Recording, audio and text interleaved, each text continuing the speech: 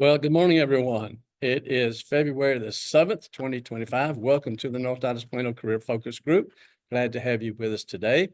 We have an open forum day. It is the first Friday of the month, and this is when Jeff schedules. And by the way, Jeff is in the room with us today. Just glad to see him up and around and eating lunch with us today. But open forum. So you have some job search questions, you have some challenges, you have some problems, you're looking for help. You've got so much information out there that doesn't agree with each other, and there's just piles of information. One says do A, one says never do A. So how do we handle all of that? So this is your chance today to help each other with challenges that we're all facing in the job search. Some of us are in different phases in the job search. Some are just beginning. Some have been in it a while. So there's a lot of help that we can do. So let me decline this recording. All right. So good morning to everybody. Note that this event is being recorded and will be posted on the YouTube Career USA channel in the near future. So by participating, you give consent for your name and picture to appear. Don't worry about the comments in the chat window. They will not appear in the recording. So while Jeff has been recovering and we're looking forward as the days getting closer and closer, he will be back and Matt and I will be fired. But Matt Keelan is here and I'm Walt Glass.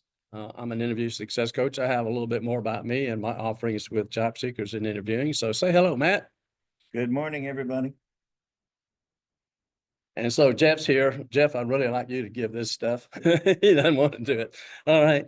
But Jeff has, as he says, he was in a meeting and he raised his hand when the leader had gotten a job. And so since 2007, Jeff has been the leader and facilitator of this group. And in 2008, he created careerdfw.org. Let me tell you that for all new job seekers, anyone I find, this is the first thing I tell them they must do is to go to this website and look at the resources and the information that's available there. He also launched careerusa.org. So now we're looking outside the DFW area and into the country, and even anybody they can, get on Zoom and get onto the internet. And he wrote a book called What He's Learned About the Job Search That We May Not Know. It's a great snippet of speakers' gems, I call them. And so there's always one or two things from a speaker that comes out and stands out. So Jeff wrote a book about that. It's on Amazon.com. And if you want a cheaper copy, you can find Jeff. Did you bring some copies today, Jeff? He didn't bring any. Okay. Anyway, and he's also been a member of the PIT crew. And we'll talk about the practice interview team a little bit later today. So since this is the first Friday of the month, make a distinction between careerdfw.org and this group. They are two different organizations. Jeff will tell you that anybody can come and take over the group, but nobody's going to take over careerdfw.org. So, but they are different. Sometimes people say, oh, that's the career DFW group. No, there's not a career DFW group. And so this is the different organization about that. In fact, the Career DFW is a 501c3 organization. There's no full or part-time really employees. Everybody is not paid. They're volunteers.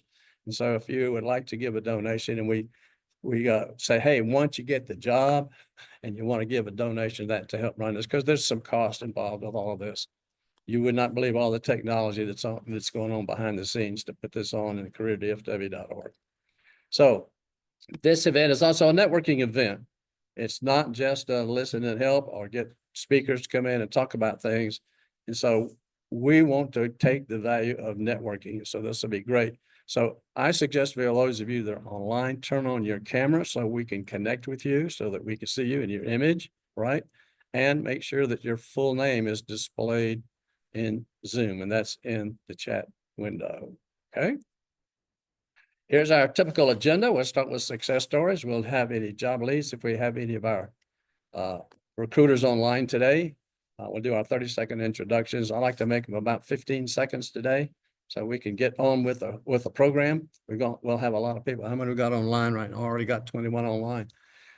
Then the committee reports with the interview success workshop, pit crew, and the career tip of the week. And then we get into the main event, which will be open forum. So landings, anybody want to announce a landing?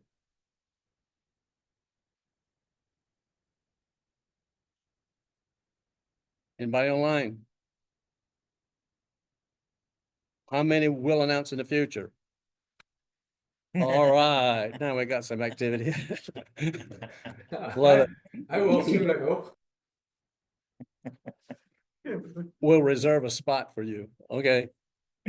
So for those of you that are online, if you would use the chat window to put in this information, your name, the position you're looking for, your email. Now, your email address is important. If you want to get an email that gives some information following this, you'll get a link to the posted presentation today and some other stuff that comes along, copy of the chat, things like that, that would be very helpful.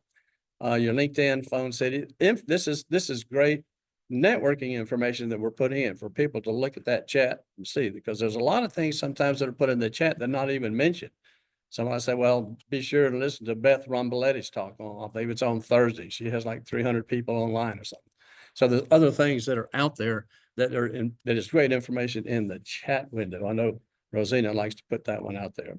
And then what are your target companies? If you have a couple, 2 or 3, and then companies where you can help others. Say, I have contacts, connections at these companies to help other people. Okay. So wait a minute. Let me see if this works. It's supposed to work.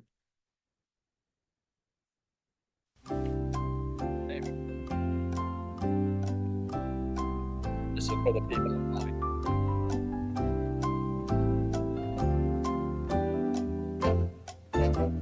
Okay, the group looks pretty good. Only 2 people are on their phone right now.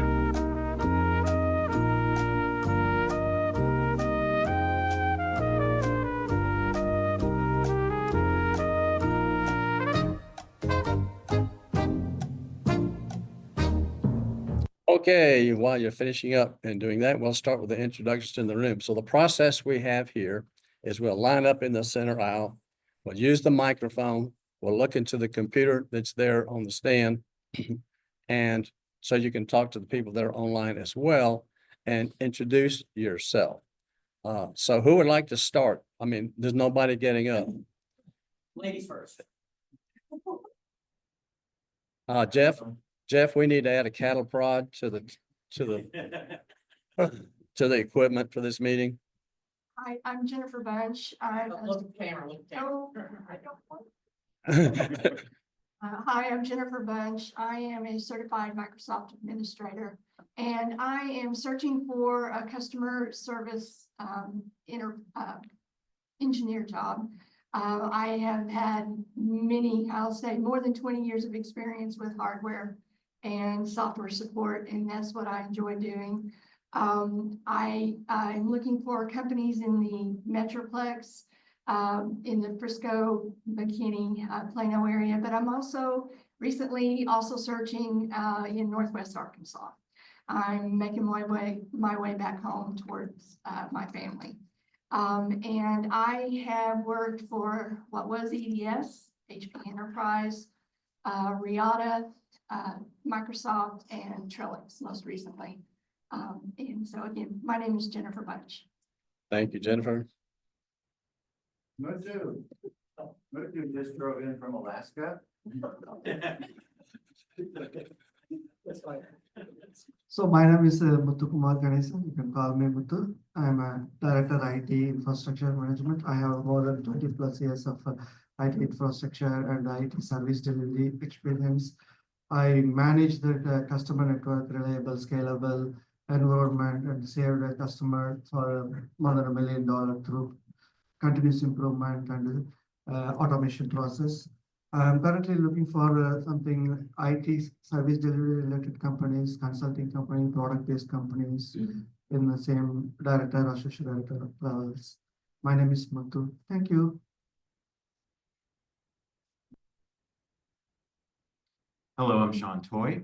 I'm a director, of supply chain. I'm looking for a position. I've done everything in supply chain from demand, supply planning, manufacturing. Relatively industry agnostic, although all of my experience has been in the medical device industry. So target companies would be like Stryker, Avid Labs, or smaller companies in the DFW area. I have contacts at Alcon and Medtronic, if anyone's interested. My name's Sean Toy. Thank you. Sorry, Sean, last name, I couldn't hear. Boy, Toye. Toy with an A. My name's Ephraim Selensky. I'm looking for director of delivery or practice manager. I worked in global organizations, all this time. I've had people report to me around the world. So a remote position is fine, or a place in the local DFW area. I have contacts at Microsoft and MediaKind and L&T. And my name is Ephraim Selensky. Thank you, Ephraim. Morning, my name is Michael Wilk. I'm looking for a senior or lead software systems or program manager quality manager position. I've got extensive experience in aerospace and defense. My target companies include DRS and Raytheon and NSU. Again, my name is Michael Wilk. Thank you. Thanks, Michael. Get all the mics in the room. Hi, I'm Mike Knoll, another Mike, and I'm looking for a position as a quality manager in the QMS ISO 9001 AS 1900.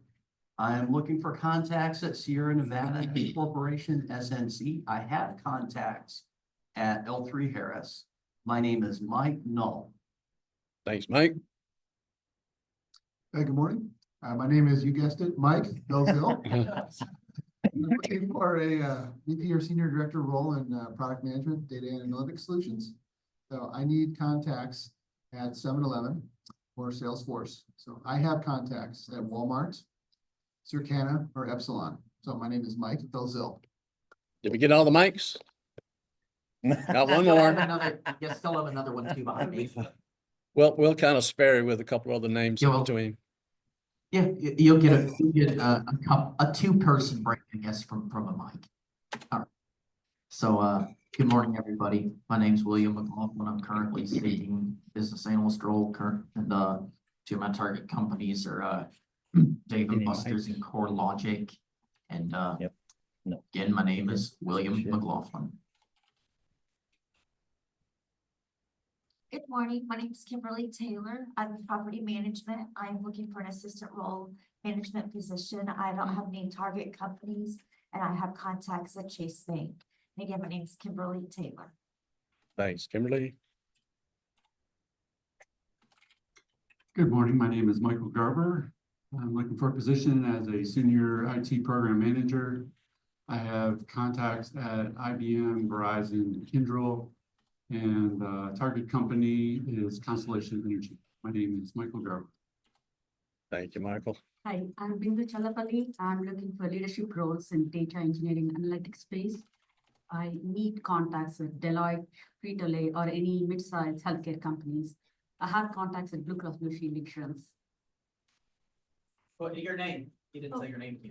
Sorry, my name is again Bindu Chalapalli. Hi, good morning. I'm Andy Russ. Hey, Patty. I am looking for instructional support specialist positions, or like a trainer, anything in professional development in the ed tech space. I need contacts at any software as a service in that industry. So again, places like Carnegie Learning, HMH, any ed tech company. I have contacts at Summit K-12, which is a tech company. And again, my name is Andy Rust. It's Andrea, but I go by Andy, just easier. Oh. Hello. Andrea, do you have Cornerstone on your list? Add Cornerstone. Let's connect. Great. My name is Daryl Barrett. I am a program manager, but I'm looking for a job in the same role or a project manager role. I need contacts at Deloitte or even Sabre. And I have contacts with Accenture and Hilton. Again, my name is Daryl Barrett. Hi, my name is Kelly Brayler. I am looking for a position as an executive assistant, employee engagement manager, or an event planner, or we could wrap that all up into one. And I need contacts everywhere. I'll take any companies. I really don't have any target companies, just whoever would love to hire me. I have a lot of energy. I absolutely love working in person or in a hybrid situation or remote as well. I'm looking for any company here in the DFW area, or like my friend here, my new friend, I haven't met you yet, but I will. I possibly would love to move to the Dayton, Ohio area. It's very cold up there. I don't know that I can survive. But I have 2 little grandchildren that I would absolutely love to be a part of their lives more so than I am now. I'm kind of tired of doing FaceTime. So I have contacts at One Source Virtual, which is an SAS company. So you might want to connect with me as well. It's a fabulous company. And Retirement Planners of America. My name is Kelly Brayler. Thank you so much. My name is Marshall Billy. I'm looking for a supply chain or logistics management position. I've worked a lot of experience in transportation. I've worked with every major carrier in the country, usually in supporting the customer and doing freight claims. So anyway, really fun career. So I'm looking for any connections at Raytheon. And I have contacts probably with every recruiting firm in town. I've talked to all of them, know a lot of recruiters. If I can help in any way, just let me know. Okay. I remember that. Morning, everybody. I'm Jayma Ball. I'm a global operations leader with 20+ years experience in hospitality, healthcare, and SaaS platform companies. I thrive on creating order out of chaos. I'm looking for an operations leadership role in product implementation or service delivery. I need contacts at and Insperity. I have contacts at many hospitality companies and in healthcare. My name is Jayma Ball. There are helpers and there are helpers and there are organizers, and Jayma is all of that. All right. Did we get everybody? No, we have a couple more. Anybody else? Want to come up? Come on down. Come on, then.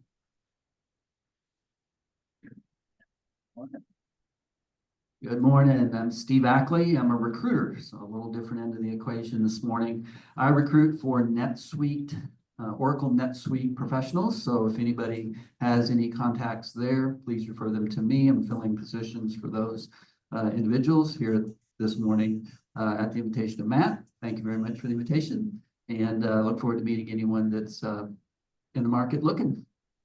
Steve Ackley. Thanks, Steve. Nice to meet you in person. Thanks for being here. Okay, let's go online. And we'll ask for introductions. Did we do that online? Nope. Yep, let's go to the online people. Michelle Hawk. Good morning, everyone. This is Michelle Hawk. I'm accounts receivable specialist.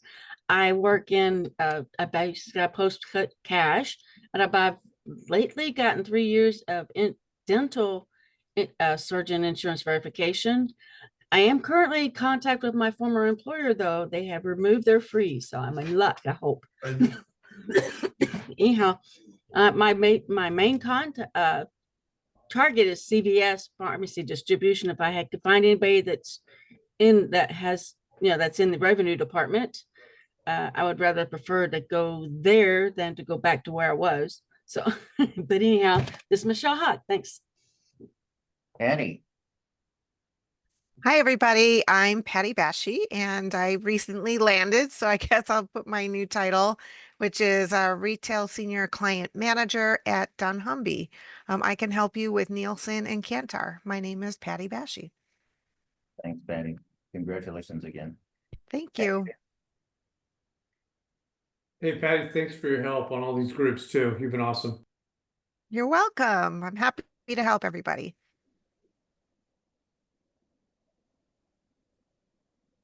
Kathy. Good morning, everyone. My name is Kathy Dixon. I'm a senior technical writer with extensive experience documenting hardware, software, application and system software and processes and procedures. I'm looking for a remote technical writer opportunity. Project work would be great. I have contacts at Circle K and 7-Eleven in the project management group. And I don't have any target companies because technical writing is agnostic and everybody needs tech writers. Kathy Dixon, Senior Tech Writer. Amy. Hi, my name is Amy Fleming. I'm looking for a director of HR positions. I don't have any target company, industry and company agnostic. I have contacts at JobBot and Medtronics. My name is Amy Fleming. Thanks, Amy. Anthony. My name is Anthony Autry. I'm a senior retail operationist. I help company grow sales, drive profit, at the same time reduce costs. Anthony Autry. Thanks, Anthony. Callum, who's not from Ireland. He's from Not Scotland. from Ireland, close. My name's Callum Keelan. I'm an experienced quality management and process improvement professional with 20 years experience in the aerospace and defense industry. I'm looking for a quality director, quality manager, quality engineer role in any of the aerospace companies locally in DFW, and Lockheed Martin, Collins, Parker, Raytheon, Northrop Grumman, BAE, Bell, Embraer, Cirrus, and the list goes on. I have contacts at Elbit Systems of America, where I was recently laid off from, if anyone needs help getting in there. My name's Callum Keenan. Thanks, Callum. Chris Ritter. Hello, my name is Chris Ritter, and the job title I'm looking for is front-end web developer. Target companies is just any company in the DFW area. And my contacts with our companies are iStation or now Amira Learning, and Insurance Technologies Corporation. And again, my name is Chris Ritter. David Watrous. Good morning. My name is David Watrous, and I'm looking for a job as either a sales director, sales manager, or senior account executive.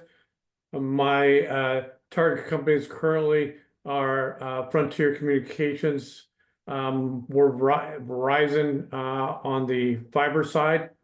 Also, more critically, also looking for private banking groups like JP Morgan, Chase, and others for roles in that area since I have experience. Again, my name is David Watrous. I can provide contacts within Spectrum Enterprise Sales Group. Thank you.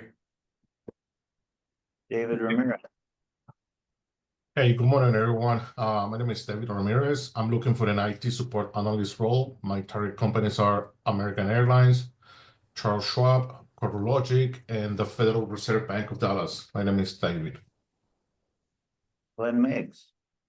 Hello, everyone. My name is Glenn Meggs. I'm a retired PhD mathematical scientist, work experience in signal processing across multiple sensor platforms, currently facilitating the engineering focus group through the IT focus group. My name is Glenn Meggs. Thanks for your service, Glenn. Jason Irish. Good morning, everyone. My name is Jason Irish. I'm a professional financial service representative, and most recently with Fidelity Investments. I'm looking for another similar type of job as a financial services professional, or possibly in small business lending with a bank regionally. I need contacts at a regional bank to look for that kind of opportunity, or with Schwab or Fisher Investments or other financial services companies. I do have contacts at Fidelity as well as several other companies. My name is Jason Irish. Kathy Schwartz. Hi there, good morning. My name is Kathy Schwartz. I'm looking for business project management opportunities. I need contacts at McKesson, American Airlines, World Flight Services, and Sabre. My name is Kathy Schwartz. Kelly Morgan. Hi, this is Kelly Morgan. I'm looking for business analyst, product, and QA role, either close to Plano or preferably remote. What I'm really looking for is help with my resume or any recruiters that would be willing to represent me. So if anybody can help me with that, that would be ideal. My experience is most recently in the city, so I have some contacts there, and I also have some experience in the supply chain and telecom. Again, my name is Kelly Morgan. Thank you. Bring that up again, Kelly, when we talk about open forum, okay? On your resume help. Miguel Castillo. Hey, good morning, everyone. Congrats, Patty. So my name is Miguel Castillo. I'm a divisional CFO for large business units. Have worked at Amazon, American Airlines, and United Airlines, and so I have contacts there. David and I think it was Kathy, you can contact me. My information is in the chat. And I need contacts at Toyota, AT&T, and McKesson. And my name is Miguel Castillo. Rosina. Good morning, everyone. My name is Rosina Gallman, and I'm your Career Tip of the Week host. I'm looking for a position as a senior talent acquisition business partner or senior recruiter position. I need contacts this week at Delta Dental, Unum Dental, MetLife, ADP, USAA, TIAA, or Ericsson. I have contacts at a variety of different companies, so I'll reach out to you directly. And again, my name is Rosina Gallman, Senior Talent Acquisition Business Partner or Senior Recruiter. Thanks, Rosina. Steve Rowan. Hi, my name is Steve Rowe, and I'm a retired .NET developer. I've got contacts at Fiserv and GM Financial. My name is Steve Rowan. I think we could all vote for Steve as a participant emeritus. Thanks for still coming in, Steve. Steve Sulkin. Morning, everybody. I'm Steven Sulkin. I'm a director of process improvement, and I help people work together better as a organizational psychologist in extensive lean and quality certifications. Targeting cook children's, and I can help with contacts at Baylor Scott & White. I'm Steven Sulkin. Steven. All right, we've had 2 Steves, 2 Kathys, 2 Davids, and 4 Mikes. Did I miss anybody? We have one more right back here next to Mr. Belzile. All right, come on up. And I come up, you gotta come get mine, so everyone can hear you. I joined online and then I saw like it's nearby. I'm Syed Parvez Raja Abu Bakr, and I've been working as a lead software engineer in automation on RPA and GenAI, and I'm looking for a solution architect and like tech lead roles. And I have contacts at AT&T, and I need contacts at telecommunication industries like T-Mobile, Verizon. Again, my name is Syed Parvez Raja. Thanks. Great. So being here.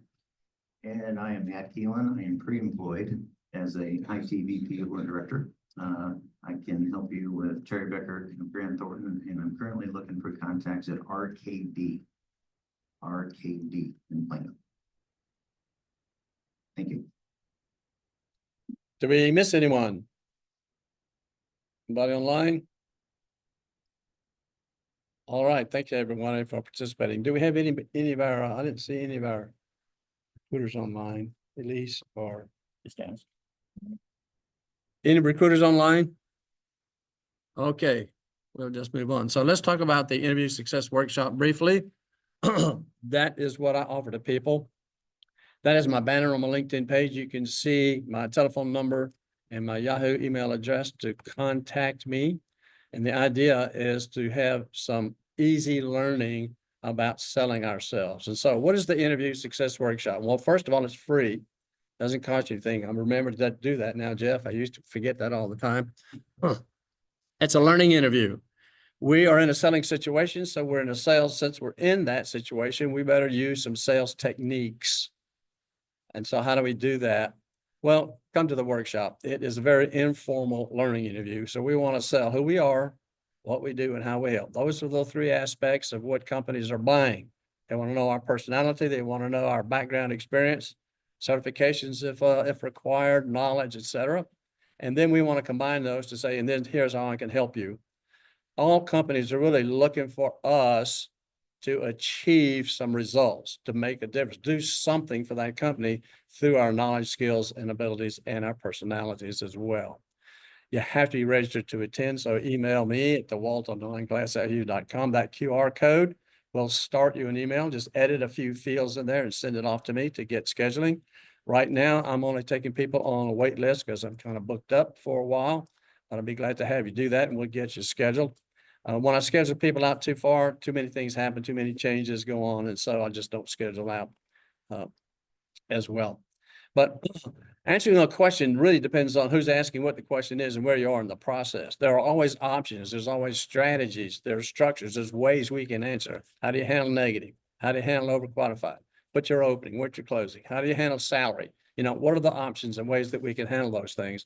And so we're going to cover the 12 basic categories of questions, and you'll be getting an interview video and a handout that goes along with that, with the video on the handout. So that's 2 videos that you get, plus some other things that'll help us in the job search that apply to the interviewing application. So Tuesdays, 9 to 11 Central Time on Zoom. Only do 1 or 2 people at a time. My About section will give you more details about the workshop. Be glad to have you present. Matt? Oh, that's right. We do learning without squirming. And while I remember my point, Matt, why don't you do Pitt? No problem. I have one queued up from yesterday. Yeah, I saw that one that you said yesterday, and it had a bad word in it, and it rhymed with glass, and I didn't think that was a. If you want to do that one, you want to go ahead and do that one today? Go ahead. My protege will now produce today's poem. Starts out, there was a person named, you got to find it. I gotta find it. Okay. Let me see. There we go. All right, so we were at Pit Crew this week. Walt was sick, and so he wasn't there to give his famous poem, and so I pinch hit it. All right. There is a man named Walt Glass who helps job seekers kick job search ass. Stand tall and be bold. Your story is gold. Now go nail that interview fast. Well done. Well done, man. Okay, I'll record that one. That'll be a poem number 104. All right. So you want to talk about the practice interview team? Sure. As mentioned, the practice interview team meets every Wednesday in this room from 1 to 3, except the 4th Wednesday of every month, in which case it's online. Practice, PIT is practice interview team. And we recommend that you come and watch a few and get a feel for how it works. We interview 3 different people every week, and you can pick and choose who you listen in on. It's very educational. You'll learn a lot. And then when you're ready, reach out to dallaspitcrew@gmail.com. Ron Layton will get you scheduled. We will take your job description and your resume and prepare with an hour or 2 of work, a number of questions that will then be used in your personal interview. And it is fantastic. I've done it 3 times this time around. I don't know how many times overall. And I did Walt's workshop way back when, got recorded. There's nothing like watching yourself in a recording. So great resource. Please make use of it. William. I was hearing at Frisco Connect that they don't have any for over any openings of the Pit Crew for over a month. Can anyone confirm this?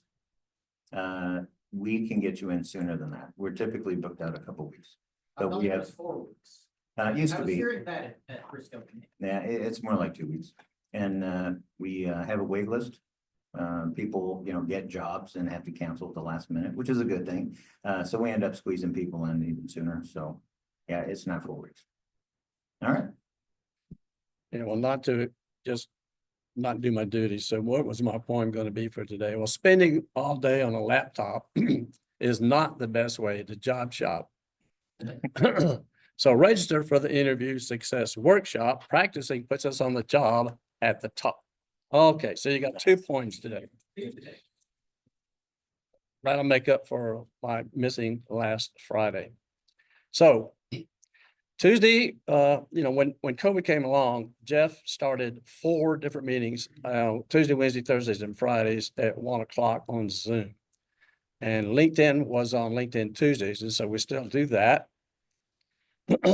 So go to the calendar. I'll show you a little bit about the calendar in a moment. But on LinkedIn, it's going to be Lock Alderson on how to use LinkedIn for job hunting strategies that get results.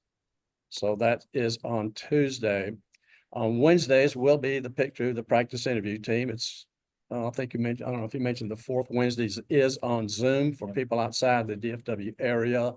You can observe both as well as schedule your free mock interview as well.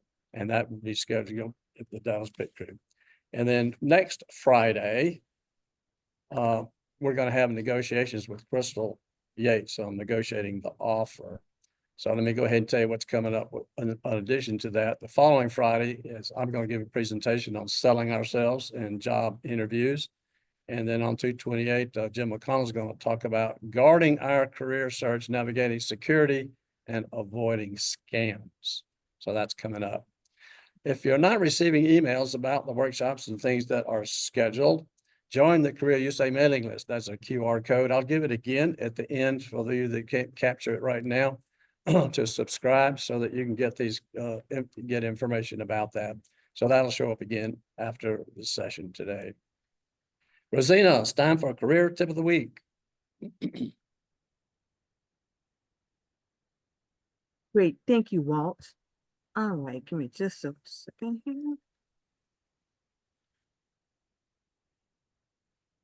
All right, so for those who on this particular call had just mentioned the fact that they didn't have a target list or needed help with creating a target list, I'm glad to bring you the opportunity to learn how or get some additional ways to create your target company list. So that's this week's tip of the week. How to build a target company list for your 2025 job search. So a target company list is a crucial tool for a focused and strategic job search. It helps job seekers avoid feeling overwhelmed and ensures that they pursue opportunities aligned with their skills and goals. Experts recommend having at least 20 target companies to maximize opportunities and networking potential. So building this list requires creativity and research beyond the obvious initial choices. Here are 15 methods to build a target company list as recommended by career experts. So first, you want to use Crunchbase. If you haven't heard of any of these, great opportunities to expand your knowledge. So first, Crunchbase. This platform offers in-depth information on companies, including size, funding, leadership, and news. Its similar companies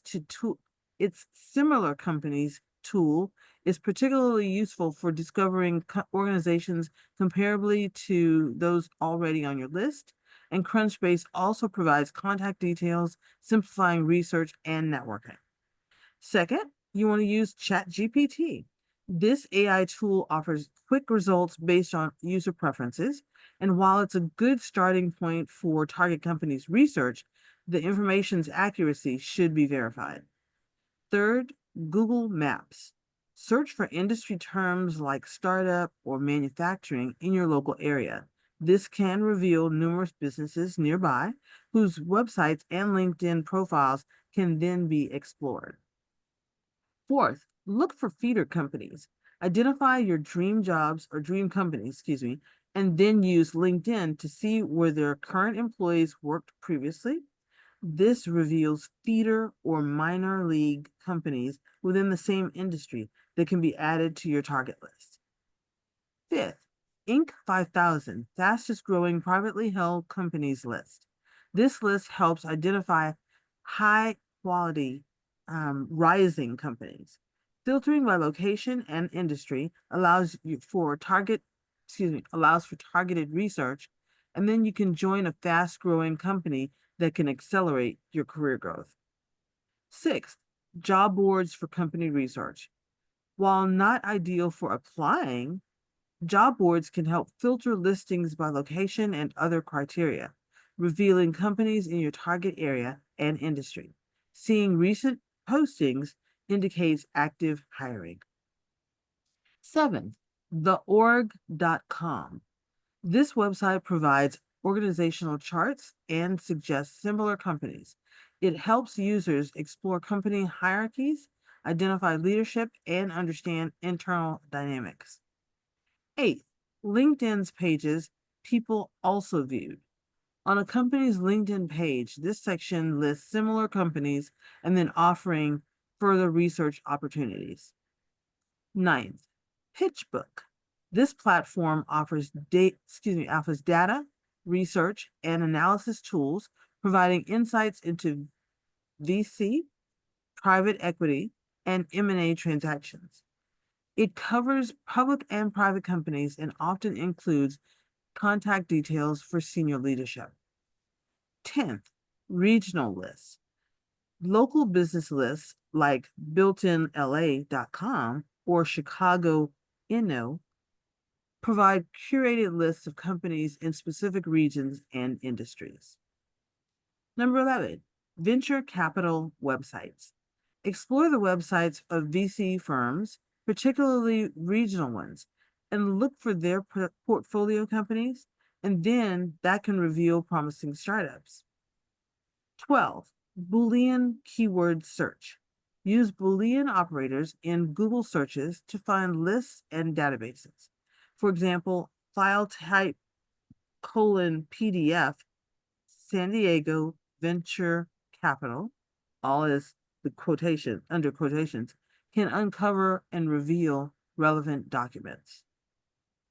Number 13, companies receiving investments or undergoing acquisitions.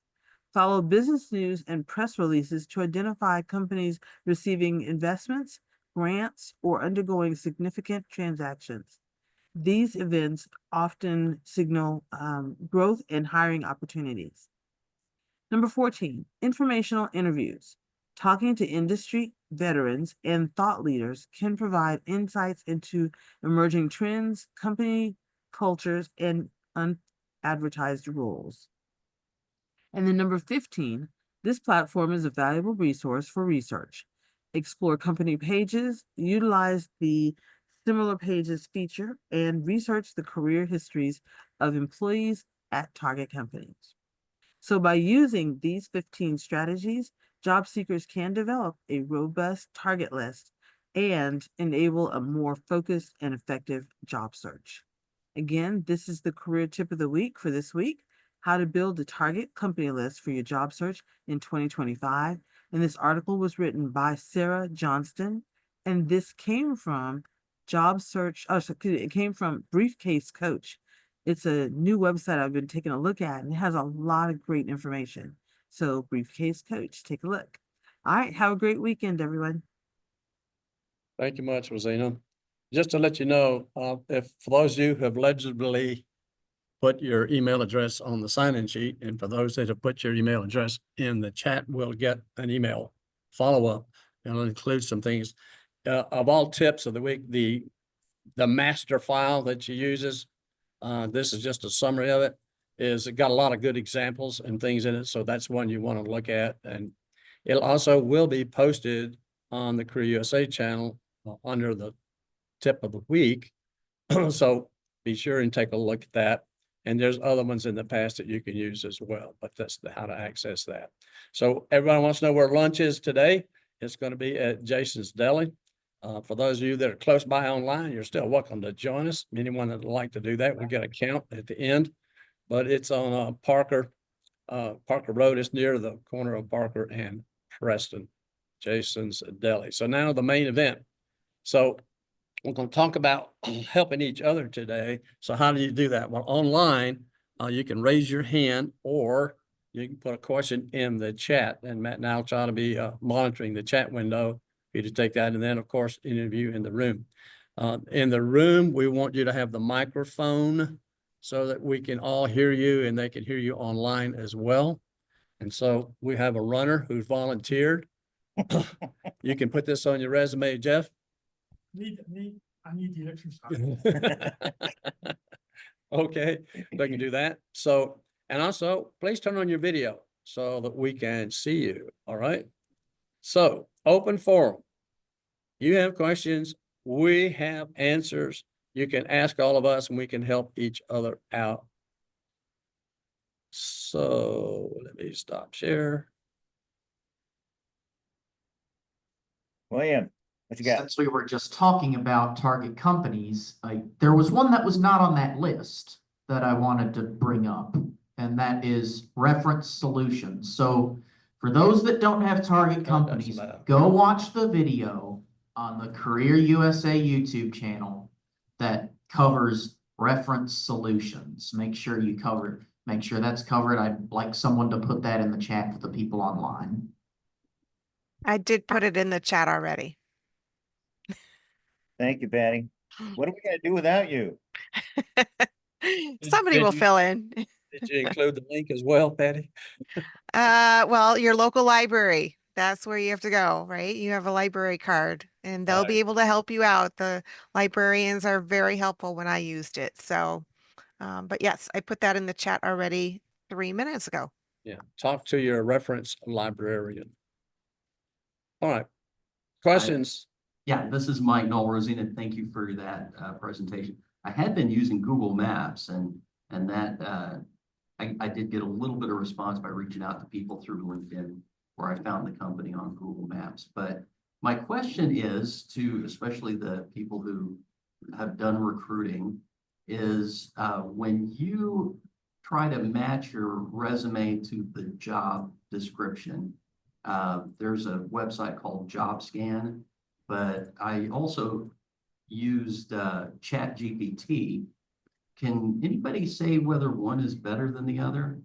Well, jobscan.co is where you can put in a text format of the resume and it'll come up with keywords and searches and how many match and all that sort of thing. Who wants to talk about their use with ChatGPT in matching up resumes and JDs? Besides Matt.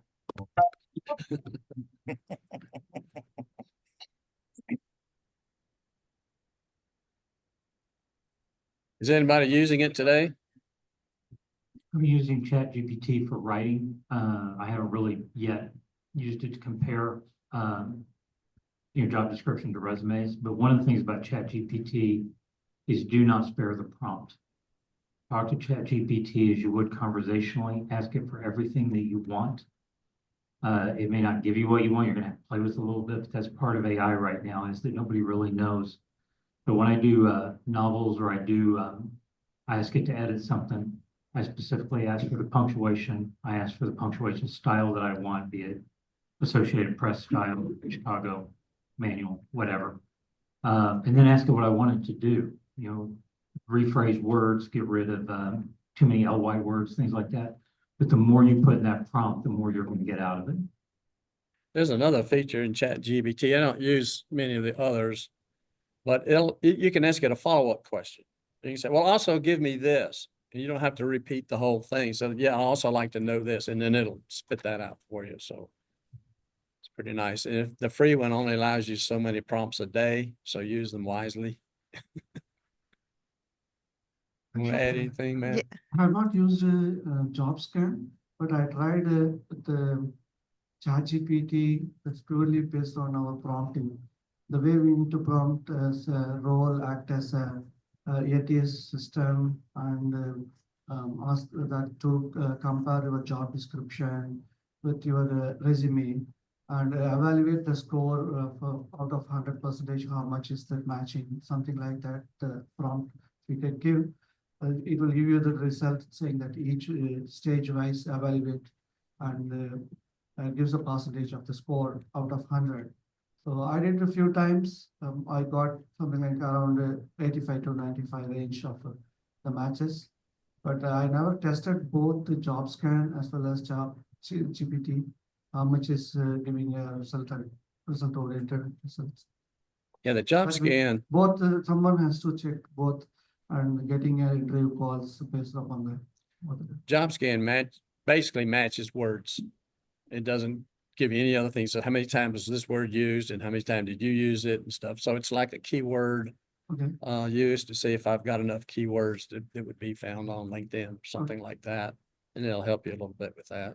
Okay, I think just for the keywords. that's the only thing it'll Yeah, do for you. it's very focused. ChatGPT, the prompt which I gave, it gives a different level of each skill set wise. This skill set matches, this skill set matches. These are the areas it's not matched. Right. So then you need to, do you want to add additionally something on this resume or something like that? It will give you guidance. So you can take it up and do something. Right. Something is purely based on how we are prompting on the ChatGPT. That really matters. The nice thing about JobScan is it also has a Chrome add-in. Okay. And so at the website that you're applying on, you can prevent having to go open a new tab and move things back and forth into that job app. So it works within, the window that you're in now. ChatGPT, of course, does everything JobScan can do and a lot more. It can actually enhance your resume as a result of the results it found by comparing the job description and your resume and identifying the gaps. Then JobScan is better than ChatGPT. No. Okay. ChatGPT is a superset of what JobScan can do. JobScan is very good at doing that one thing, Okay. identifying the gap Right. and the keywords. And like I said, it has a Chrome add-in, so you can use it right in the job app window. You don't have to open a new one, jump back and forth. Oh, Make sense? the plugin method. Yes. Patty Bashy has her hand raised. Yes, I do. So I use another tool called Rezi.ai, Rezi.ai. I put it in the chat as well. And that I was able to target resumes for free. So you upload your resume and put it all in and everything else. I think what I found, I've had hallucinations from AI tools 3 or 4 times now. So I'm a little bit more leery. I always have to triple check the AI's work all the time. But definitely do not make up anything. The AI tool will say, oh, do you have this skill? Do you want to add this? And you're like, no, I actually don't have that skill. Thank you. So be very careful if you're using an AI tool to help you and make sure it's truthful and accurate what you have on your resume, because they're going to figure it out if you say, oh, I did this and you didn't. I don't know about the other ones, but there's a phrase you can say, do not hallucinate, and then it will not make up data. I'm going to ask my AI tool that right now when I ask it a question. Not hallucinate or just give me the facts. And it'll turn off the generative part of generative AI. That's what the G is for in ChatGPT, is generative, and that's where it makes stuff up, trying to help you out.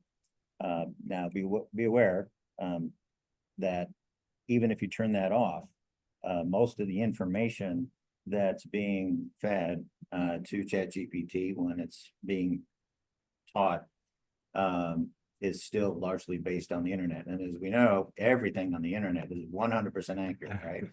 So you still have to double check even though you turn hallucination off.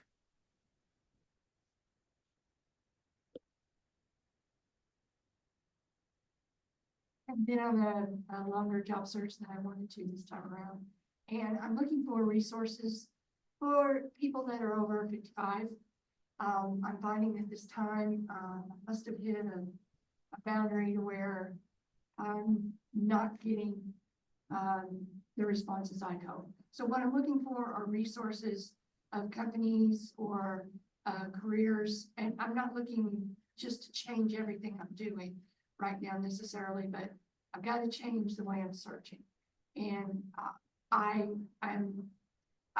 have not joined AARP, but I'm looking for resources like that that can help with, hey, this company values people over 55 that are searching for jobs. And so if anybody has any resources, I would appreciate it. I don't know, Texas Workforce Commission can assist anything there. So I don't know. Go ahead. One resource that I've come across is Retired Brains. It's a job board specifically for older workers. I'm 65 and doing that. And so what I did, first thing I did is I changed my resume format. Do not use a chronological resume because it gives your age away that fast. I use a semi-functional so that all my accomplishments are up front and my chronological job history is down at the bottom. It fools them for about 2 seconds. And then just the other part, be out in network as much as you can in person. When I get into the interviews, my age is not an issue. I don't know how much I'm being screened out for it. But Retired Brains is a fairly good website. AARP, I haven't got the best results from. But if you need to join for other reasons, definitely take advantage of their resources. When you speak, please give your name so those online will know who you are. Ephraim Selensky. I use Copilot, which also ties in good if you're using Word to copy stuff back and forth. But another prompt is asking your AI, what don't I have? Most of the time, people like trying to gear their resume to a job description. So in Copilot, I upload the job description. I also upload my resume. I ask it to help me rewrite it. And then I also ask, what am I missing? Now I ask, what's my ATS score? It will not give you a score, but it will, I ask, is it high, medium, low? And it comes back with high, medium, low. So to help me with getting through ATS. So I target Microsoft. I've worked there for many, many years. I know they use their own products. So if you're looking at Microsoft, stick with Copilot.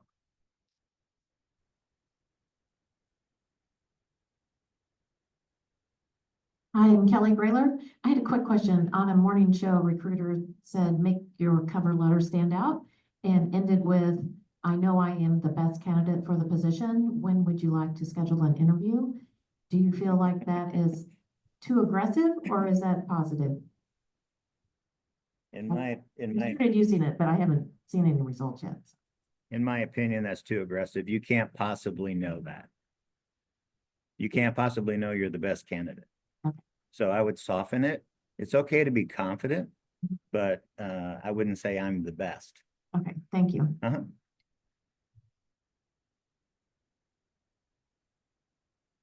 You could put on there, if you don't hire me, I know where you live. Going back to Copilot, it will help you generate your cover letter as well. So with the job description, with your resume, then you ask, can you help me write a cover letter? And, I don't take the cover letter as verbatim. Of course, I have to tweak it, but it gives me a good outline to start with and to hit the high points off of the job description. That's what I use AI for most often, because it's absolutely the most time-consuming thing to do, is to create a cover letter that's customized to your resume and the job description. To your point, yes, you need to put it in your own voice. I've recently found a new website called humanizeai.pro, humanizeai.pro, and that will take the output of any AI and turn it into language that's indistinguishable from a human, supposedly. And then you can tweak it. You can change more informal, more formal, things like that.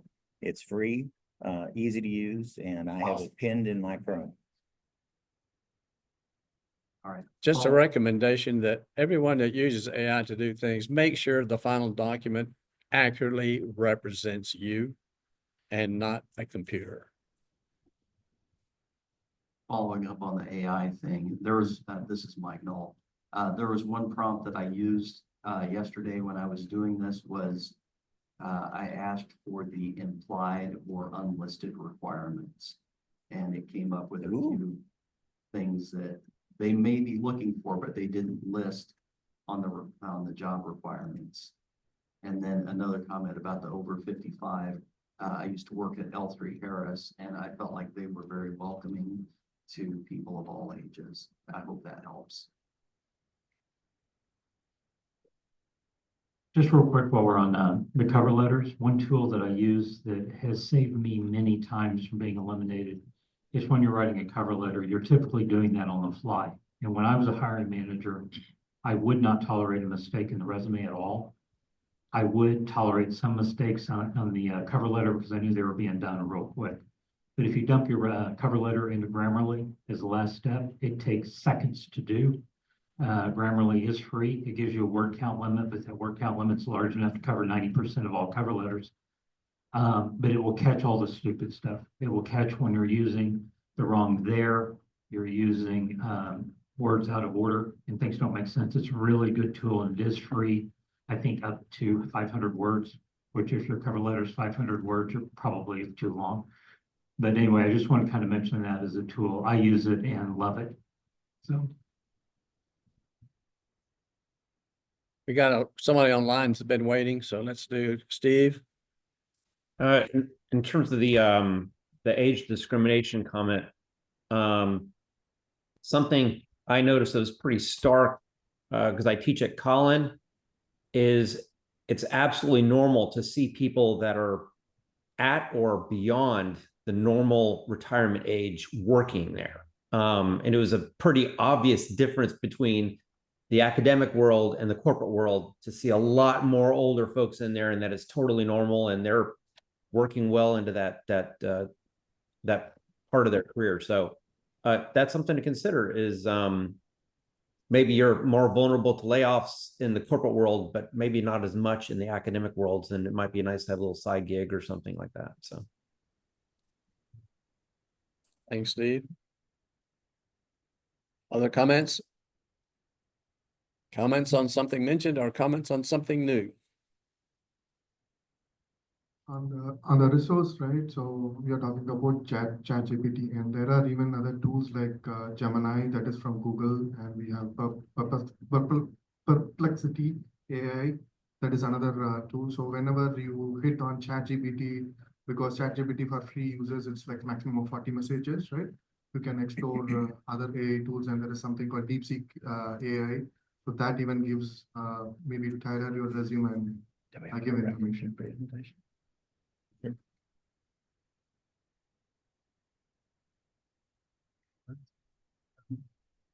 And lastly, I don't know if many people even think about it, but I have a whole directory of where I apply each company and under each company, each job description, because we're using AI so much. I gotta keep track of what I said to what company. And you need to make sure that you have the job description. You know, I print it out. I have my cover letter there. I have my resume there. I even have a link back to the to the job description. If they keep it up, I can go back and refer to it. So that way everything's organized. Because we're modifying it so much. It used to be you have one resume, you blast it out. Now it's so customized, you gotta keep track. We're going to talk a little bit about some of the posted videos that are out on the Career USA channel on YouTube.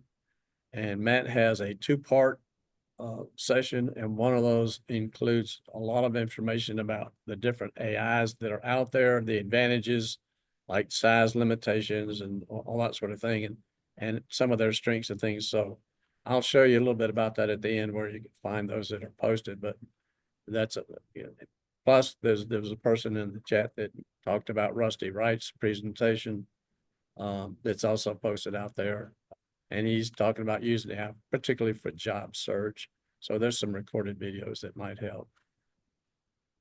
This is Mike. Just to build on the gentleman's last comments. Yeah, definitely make sure you download the job description, because so many postings, as we all know, get pulled down in a matter of days, and then they're never land. So as a reference point, I've got burned by that a few times.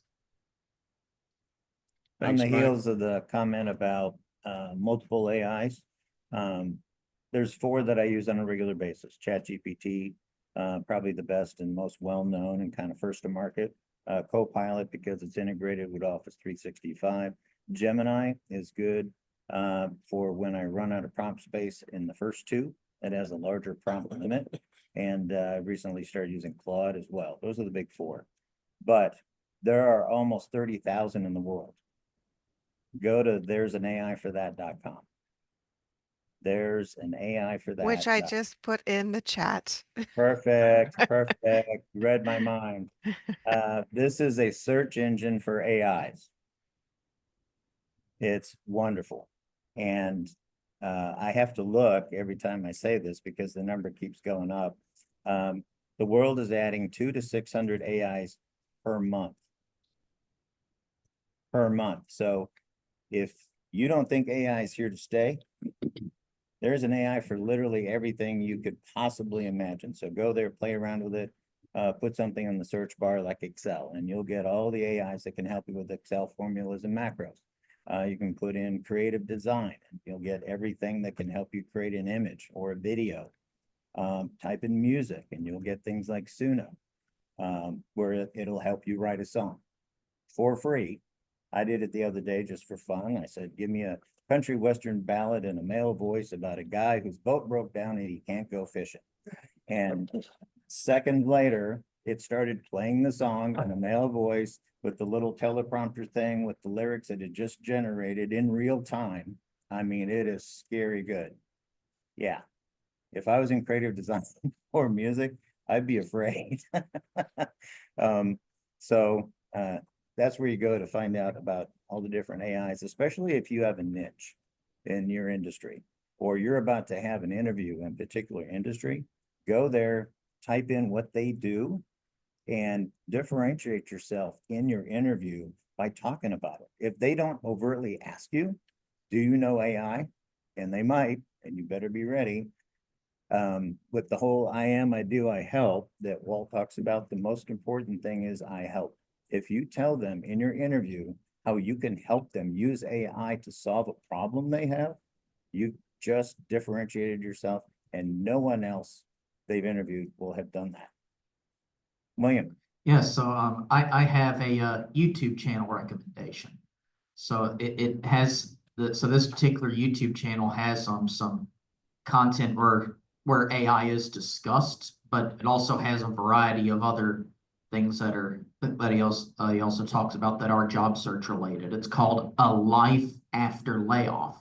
Make sure you put that in the chat, as he has a lot of content on there about everything job search related, everything from how to answer certain interview questions, signs to look for whether a job posting is real or not, and just other updates even about the job market, like even as one out there, and what we should some potential expectations we should have in this calendar year and this time, and just all things job search. Again, it's called A Life After Layoff. So highly recommend you.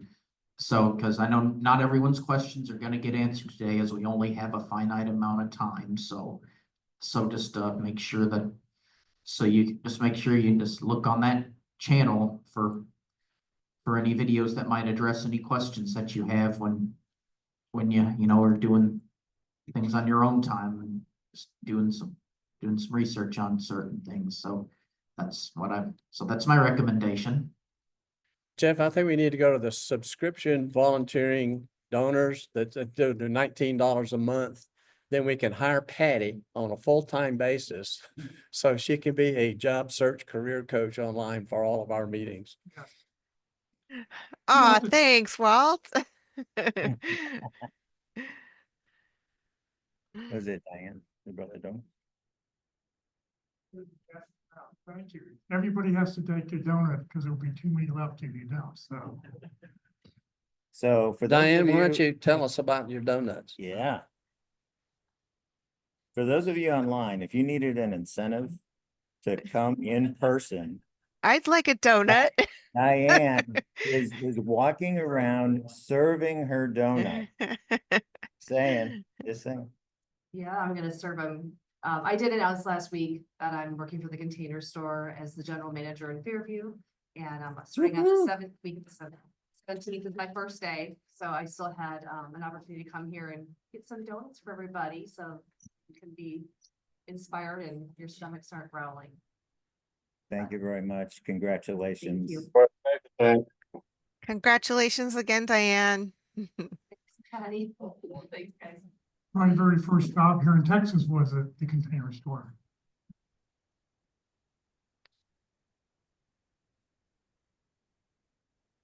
While we're on the subject of resumes, and then I promise I'll shut up. One of the things that really helped me is technique. It's not so much a website or a program to use, but when you look at your resume and you're working at, the truth is you need a general resume to send out, and then you're going to send out all the custom ones as you apply for jobs. But one of the things that I was taught a few years ago that has really helped me a lot is do my resume as a, think of your resume as a plug and play document, not a document in and of itself. So for example, on my resume, I have my contact information up front. I was advised by the Veterans Group to get rid of my summary. But the first part of my resume is nothing but accomplishment statements. Things that I've done in my career. And I pulled them from old resumes. I pulled them from things that I've done recently. It's a separate document. Mine's about 4 pages long. And when I read a job description, what I do is I take the first 3 things they ask for and I find an accomplishment that relates to that thing they asked for. And it allows me to plug and play in a way that I'm not writing things at the very last minute and sending them off. And then you tell them I have good verbal and written communication skills, and then you hand them a resume with 6 or 7 typos on it. Usually doesn't work very well. So, but it's a technique that I was taught way back, my 2nd or 3rd job search ago. And I found that helps me so much because I don't have to write things on the fly. And that has kept me out of trouble. It has allowed me to get in, even without, when it asks for a degree and I don't have one, I still write like I have one. And it's not any genius. It's just because I've gone through this resume 4 or 5 times before the job description ever came up. And it was already written and it was already set.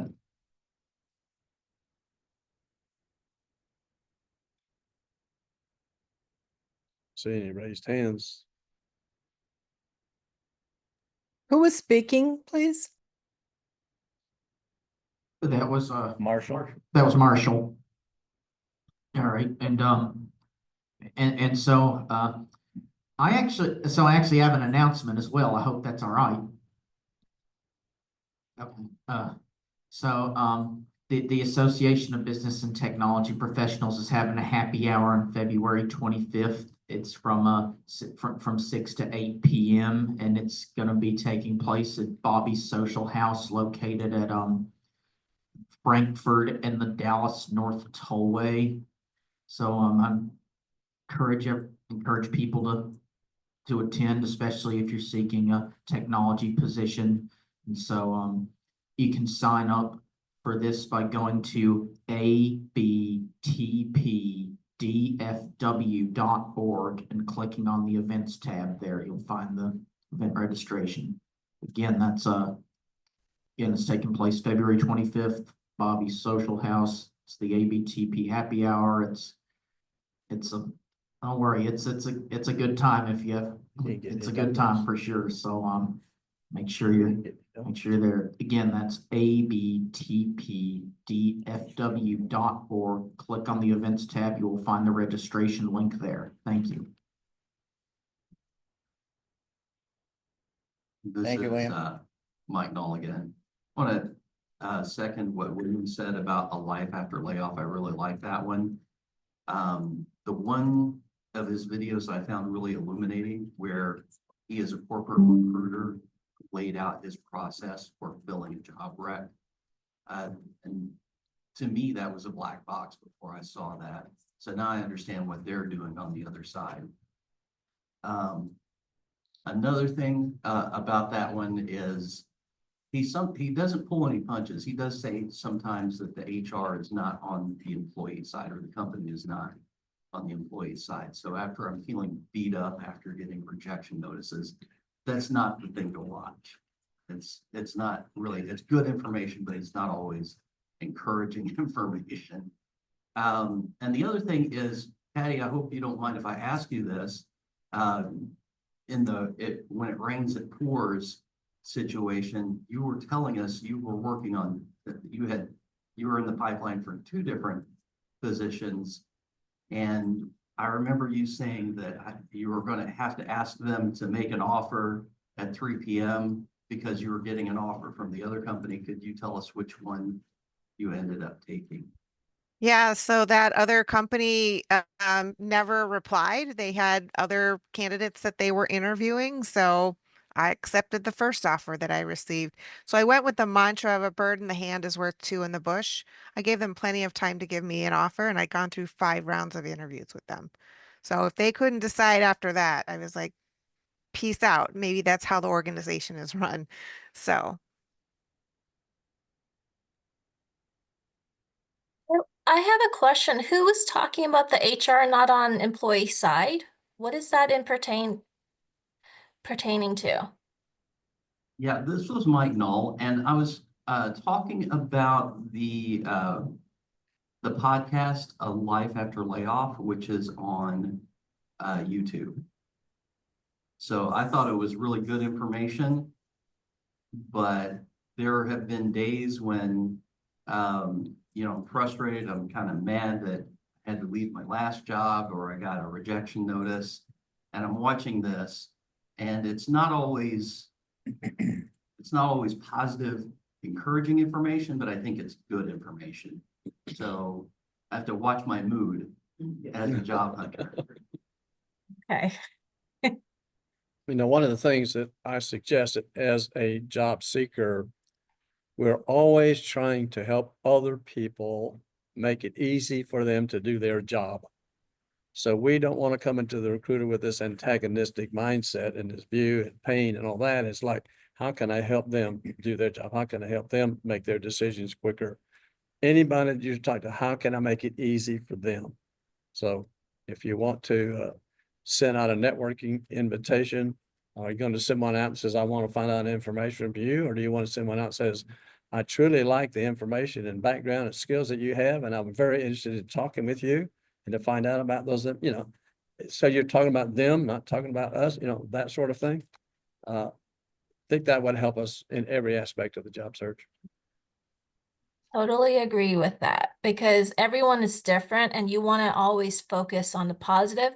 And if you know that your HR person isn't really focusing on your side, then you share the policies with them and saying, hey, because there's always 2 sides to a story of perspectives. So just keep that in mind. yeah, I just wanted to add in a comment really quickly, just about interviewing in general, and a tip that has worked for me. And what that is to try to schedule the interview at the time when you are at your best. If you are a morning person, schedule that interview for 9 a.m. or 10 a.m. or whatever. If you're an afternoon person, schedule it for that time. So that is what I did with my interview. So I knew that I was at my peak performance. Good tip.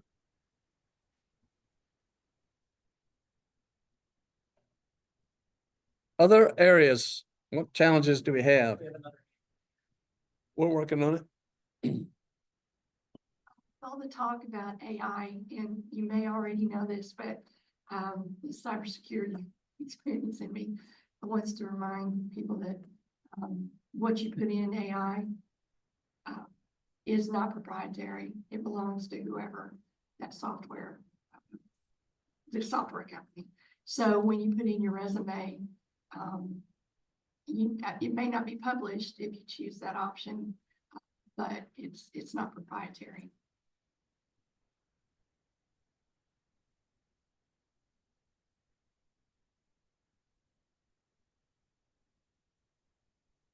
What time is it? Okay, 10:50. so let me ask a question for you that's out there. How many of you have a plan? A plan for your job search, a plan for the week, a plan for the day, or working with plans? And how's that working? Can someone share how they go about their plans and what it is and how that's used? Thank you for volunteering, Jama. I appreciate you standing there. Even though you're hidden behind Ephraim, I see you back there. You know, right here, I'm standing up, well, can you see? Schedule my day. I'm a morning person, so act like you're at work. So I am back in the job search. I just finished, I just wrapped it up this morning, my contract that I've been working for 5 months. So literally make my day, plug in my meetings every day. I'm also, if you're a strengths finder person, I'm an achiever. So I have to check things off a list. So I always have a to-do list to go to. The thing I did not do as well was schedule my networking meetings more effectively. So I need to make sure that I'm getting out of the house and making sure I'm making new connections. So that's a new twist, newish twist. I've known, I've always done that. People always reach out to me. I've been reacting. Now I need to be much more proactive about scheduling networking meetings. My good friend, Steve Sulkin on the, up there on the web has a fantastic way that he built. You don't have to use Calendly, right, Steve? There's a whole different way you can use to book your calendars, to schedule meetings like that. But basically plan your day like you're working and end your day like you're working. Job search isn't, you know, it's a 40-hour-a-week job, but I mean, 14, 16-hour days is not going to do any good. So practice some self-care when you're doing that. So those are my tips for getting this, planning my week. Well, thank you. Thank you, Jama. Steve, you want to add any comments? Well, I was gonna, agree with her about, act like it's a full-time job, which means, you work like you would a normal job. You might work a little more or a little less, each week, but you keep a schedule. I have standard things that I do, but I'm always looking at my schedule and saying, does it need to be adjusted? Do I like what I'm working on? The other thing, and Jama alluded to this, but it's we're always working ahead to fill up our schedule for the coming weeks. You have to, you meet people here and you say, hey, it was nice meeting you. Let's have a discovery call. And then we, schedule that. Jama mentioned the scheduling app I use is Google. It's free. It's all connected to your Gmail, your Google Drive. It's all connected and works really well together. It's very convenient when you're doing all this scheduling work and you're outside the Microsoft environment that you really didn't appreciate it till you don't have it anymore. So I use Google Calendar. There is a scheduling app in there that will allow you to customize what is available in your calendar. And you just send people the link and they can schedule themselves and it plops it on their calendar, gives you a Google Meet included in that. So you can have a video call for an hour. It's terribly convenient if you haven't checked it out. But the other thing I wanted to say, this is really important to think about this for your schedule, is don't do this alone. Don't do it alone. I mentioned in the chat about Never Search Alone. It's another group, but have an accountability group or support group, whatever you want to call it. And I have working sessions where I work through something in my job search I'm not comfortable with. It's not in a good place. Walt will talk about star stories. Work on it together. Hold each other accountable. Say, hey, is there something we need to work on? How can we make it better? And also call people when you're holding back on doing something you are uncomfortable with doing. Call each other, get each other through this thing. I have a tip. Learned this years ago. How many of you have a to-do list? And it's just a list on a pad or a piece of paper. Okay. Take those items and put it on the calendar. Tell me when you're going to do it. Put it down. Find the day that you say, okay, here's the day that I should be doing this. Here's the priority. if you don't get it on the calendar or get it down there, all you end up with is just this long list of things. My previous way of working was, I look at the end of the day and everything on my to-do list was still there. So I'd write down something I did that day and cross it off. So I felt like I was doing something. But put it on the calendar and then you can look at which days you can do it. Good relationship building days and meeting people days are Tuesdays, Wednesdays, and Thursdays. Mondays is get back in the office, Monday morning meetings. Fridays are get out of Dodge days. And so look at it from that aspect. You had something else to say, William?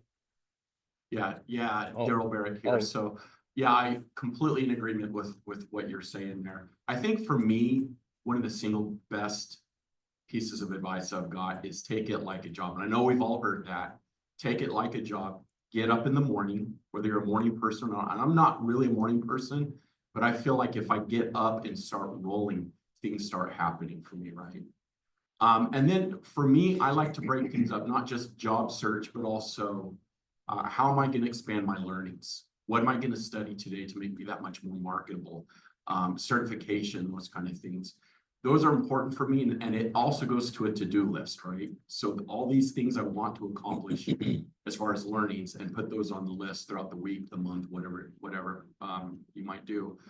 I think for me as well, and I learned this here recently, it's important to get out and get exercise. We're under a lot of stress right now.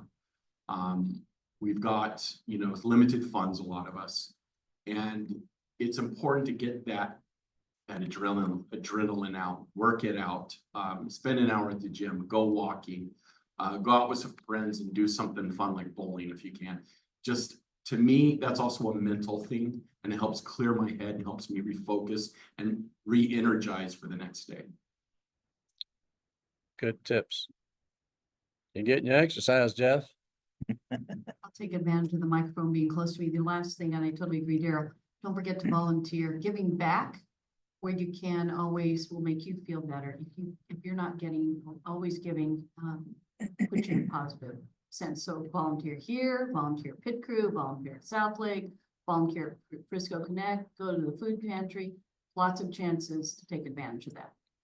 Yeah, find the volunteer activities that your target company is involved in, and then maybe you can start volunteering in that particular activity. You're going to meet company people there, that sort of thing. So it'll kill two birds with one stone. Yes, William. I have something with I was wanting to know about more scheduling app recommendations, because number one, I heard Calendly's not free anymore, and number two, this Google scheduling one that was just recently discussed, it doesn't work as well with iPhone users like myself, but it doesn't. But so I was wanting to know about anything that's free and also works well for iPhone users like myself in regards to a scheduling app. Jama, do you have an answer?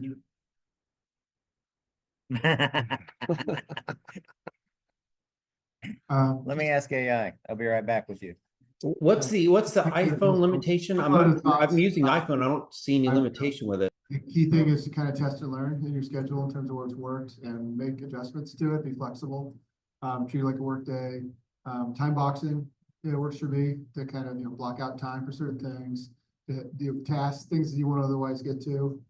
Build on Patty's comment, as you build your schedules, align the type of work to your peak times activities. I'm not an early morning person, so my peak times are late morning, early afternoon. So that's when I do my most critical work. And then the other kind of ancillary stuff, research, other stuff I do in those less productive time windows. So just a couple of thoughts. And then I think the key thing is just keep plan it out as much as you can, and then just keep testing and learning and tweaking it. I practice that, Mike. I generate poems at 2 a.m. This is Mike Noll. I was just going to sort of second what Mike Belzil said. And I try and focus myself to do the most effective things. Using the 80-20 rule, 20% of your activity is going to create 80% of your value. So I try and also some of the more effective things are hard for me, like getting out and networking and reaching out to people and sending cold LinkedIn messages or cold emails. I haven't graduated to cold calls yet to people. That's hard for me. I'm sure it's pretty effective. And it's easier for me just to sit on the laptop and do training certification. I could do that all day long and do great at it and feel like I'm accomplishing something. But then I have to really think about it. What are the things that are going to get me that situation, that income, the position that I need going forward? Okay, so I have two suggestions, one serious and the other one is just bring about a little bit of levity to this discussion.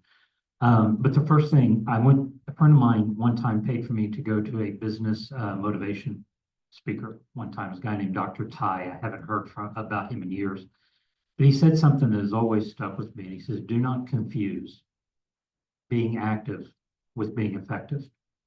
When you look at the things that you do, you work the to-do list and you go, what is going to get me to the interview?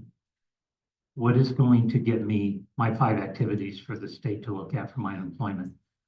I knew somebody one time when I was a Career Connection, this is many, many years ago.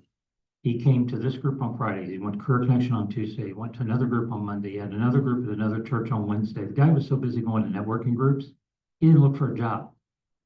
And I think he was unemployed for like a year and a half before he finally, found something. And even then it wasn't the best in the world. And that's not to criticize him, but is to really look at what is the goal of the activity you're going to do.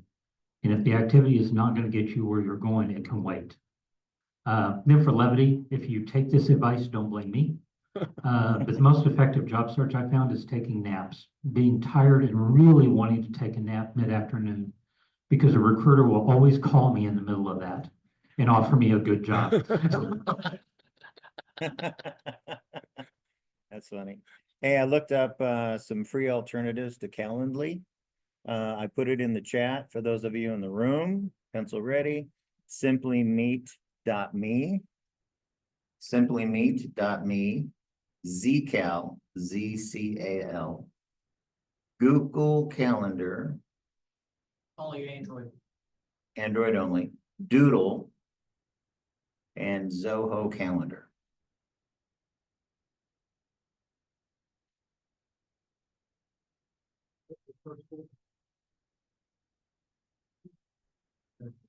Yeah, simplymeet.me, Zcal, Z-C-A-L. Share your screen. Doodle, and Zoho Calendar. And if you have an Android, apparently Google Calendar works.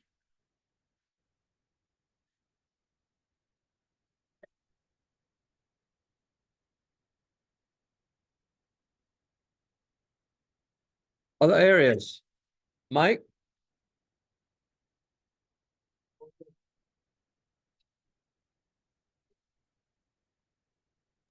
Hang on, Kathy.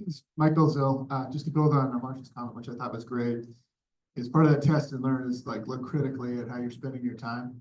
And that's where you're going to realize, okay, this is a good use of time, this is a bad use of time, and then make those course corrections there. That's been helpful for me because a lot of times you don't know. So frustrating things, right? You're pulling a lot of different levers. You don't know what's going to work better than others, and you just kind of learn along the way and just apply that learning constantly and just keep refining it. Okay, Kathy's online with a question. Yeah, I wanted Steve to talk more about using Udemy, I guess is how you say it, Udemy, and LinkedIn Learning. Do you have to have a library card to use LinkedIn Learning? So yeah, to get it for free, you're going through your library. You have to have a library card and you're going to have a PIN number from your library. And when you go to your library's website, you should be able to get it from your library. Not every single library across the country has it, but many of them do. If you're you're talking in about LinkedIn or Udemy? both. Okay, thanks. If you're in Texas, congratulations, because if your local library doesn't have it, you can go to the Houston Public Library and all you need is a Texas driver's license, and bam, you're in, and you got access to a huge library system. That's what I do. I just found out from Pete Hernandez or somebody that you could do that, and I went and got my library card. But Frisco Library has it online. I can go on there and just do it directly. It is really good, guys. Really good classes in there. I mean, there's certification preps that cost hundreds of dollars. There's change management, presentation skills. There's, you name it. There's all kinds of stuff in there. And you can do it from the convenience of your house at your own pace. It's really great. And I mentioned reference solutions earlier. You can also access that with what Steve just said. Like, so keep that in mind as well if you don't have target companies. Yeah, if you go to referencesolutions.com or whatever it is, find out how much it costs, you will go to your library. Yes. Because to get your own on a license for it is pretty expensive. There's another one called A2Z. That's ATOZ. It's a very similar database. So talk to your reference library and see which one they have.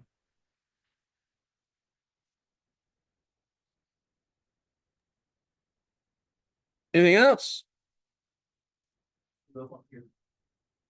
Ephraim. Ephraim Selensky.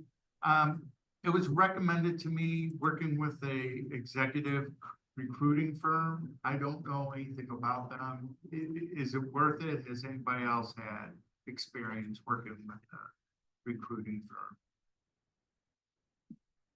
If you have to pay for it, run. If they want money, run. Two comments on executive recruiting firms. One, they find you and you have to be employed. They rarely look at the unemployed. All right, talking about, this is Mike Knoll again, and I'm a 20-year veteran of the U.S. Air Force. And if you are a veteran, then LinkedIn will gift you a premium account, which includes LinkedIn Learning. And I don't have the link for that on me right now, but if you want it, send me a message or put it in a request in the chat somehow. And I'll see if I can get that to you. I think that's good for a year. I've heard that you can renew it. Yeah, but okay. One Also, experience I check had. out the University of North Texas Library. We also have a separate business library also that you can utilize for free. All you have to do is just show your driver's license for that county. Also the same thing probably for UT Arlington, but the University of North Texas has some databases that are not part of the state shared database that are just for the state universities. So if you haven't gone there, try that because there's some great resources there that can help you for preparing for interviews and for other databases by industries and categories. Yeah, call your nearest library, talk to the reference library and see what they carry, what they have. Okay, just in reference to the search firms and the help. A few many years ago, I got laid off, and companies used to give you like 6 months, Lee Hecton Harrison, and those type of organizations. They will do your resume writing for you. They will help you set up a job search plan. The companies didn't do that out of the goodness of their heart. They just didn't want to get sued, so they did that for you as part of your severance package. If that's offered to you, I would highly recommend it. I got a lot of good help from Lee Hecton Harrison. And actually, the resume that I use today was originally written by them many years ago. And it's a great resource. Again, it's horrendously expensive for you to do it on your own run. But if the company offers it, definitely take full advantage of it. Lee Hecton Harrison is the one that I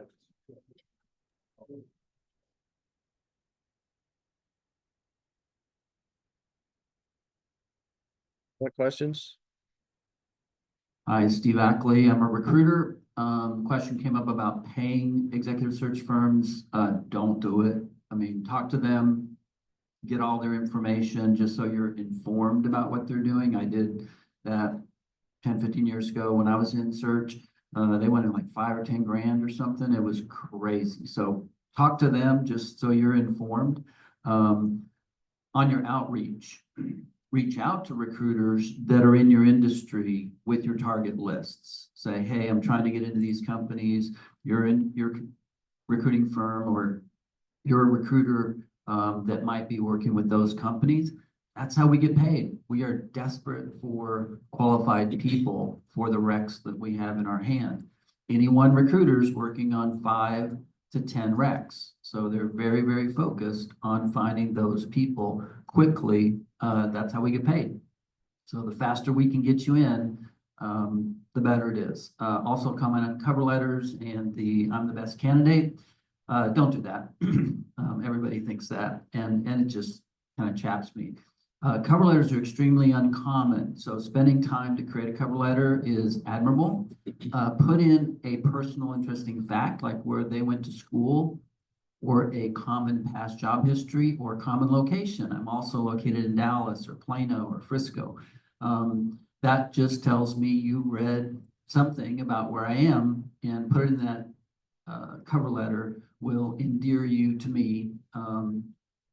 Yeah, some sort of personal fact about them that's generally available to you. That will get you a lot further than I'm your perfect candidate.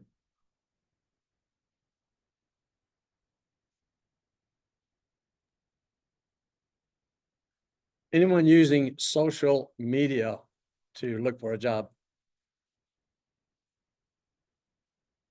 Besides LinkedIn. Well, not regarding this last question, but the previous statement about cover letters. Charlie Zinger says not to use a cover letter. And the reason he says is because it's just one more opportunity to make a mistake or offend the recruiter. And I am not disagreeing with what the person just said about it's a great opportunity to make a connection. I'm just putting the opposing view out there. I think if you use a cover letter, you've got to make sure you use the T format. That you're saying you're making it easy for the recruiter to go, this is what I'm looking for, this is my qualifications, just across from each other. If you're not using a T format cover letter, I think it could be a wasted time. It's really interesting. No, I'm not advocating, but it's very uncommon.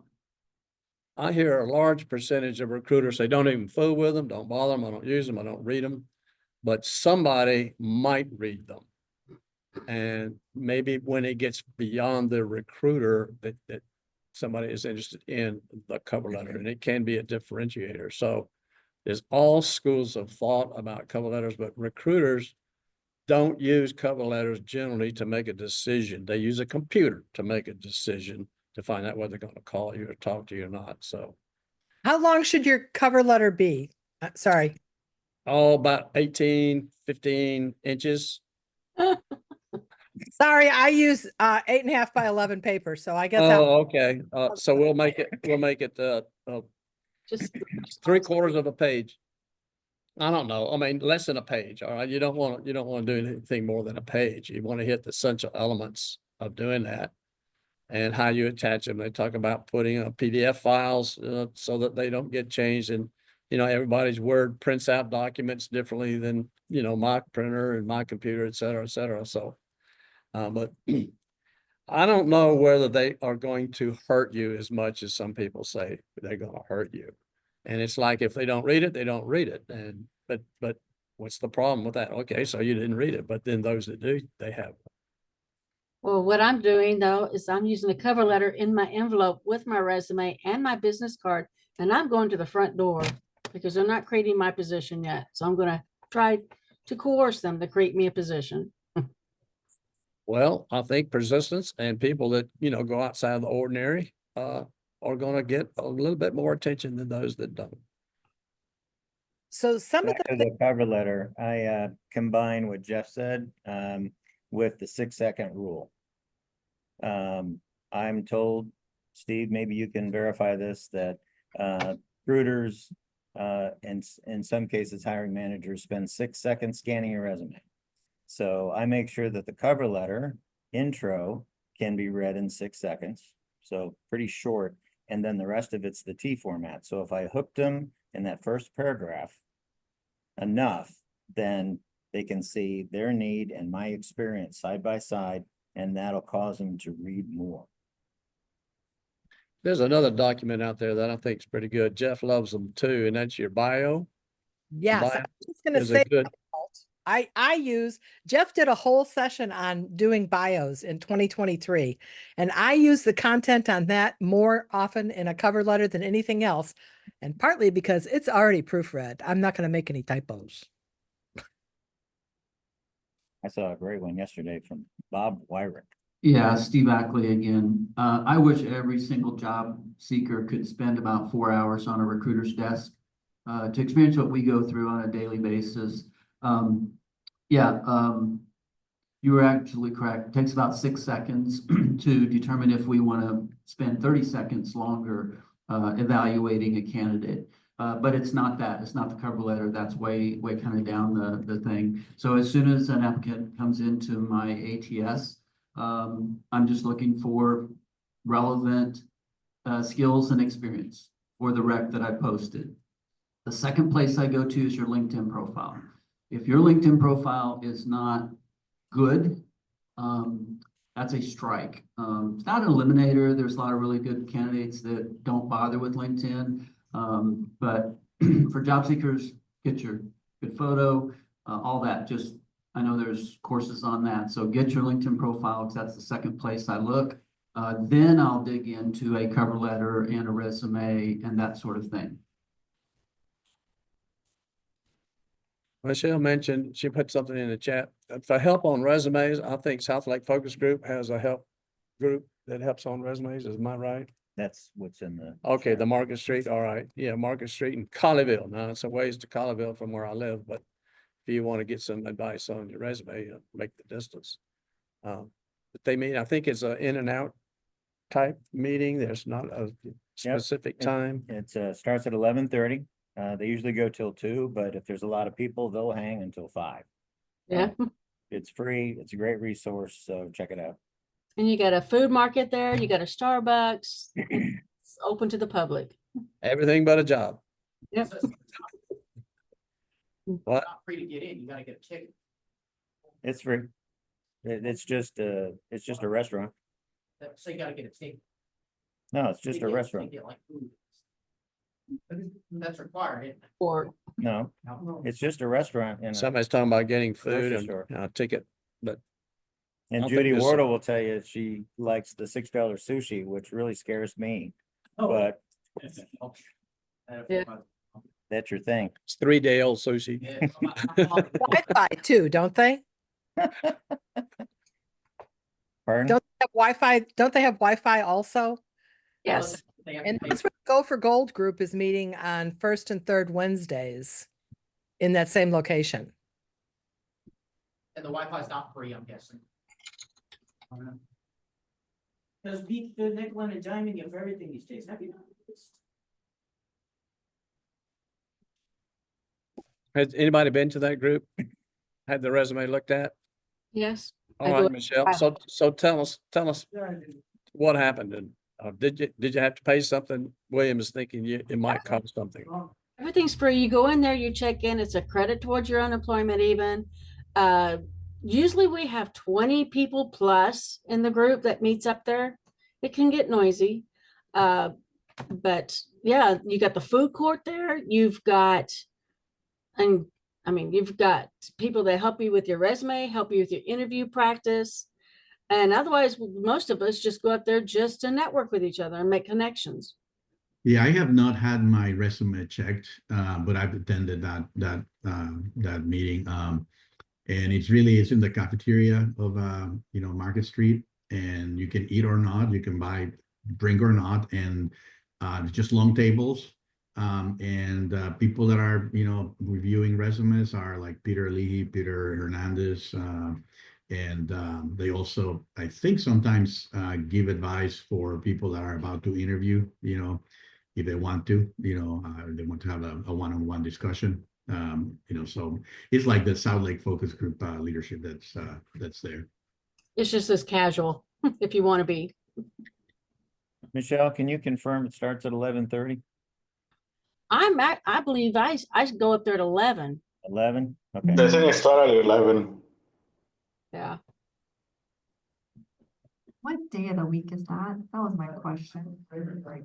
It's on Fridays. Yeah, I'm on the way there next.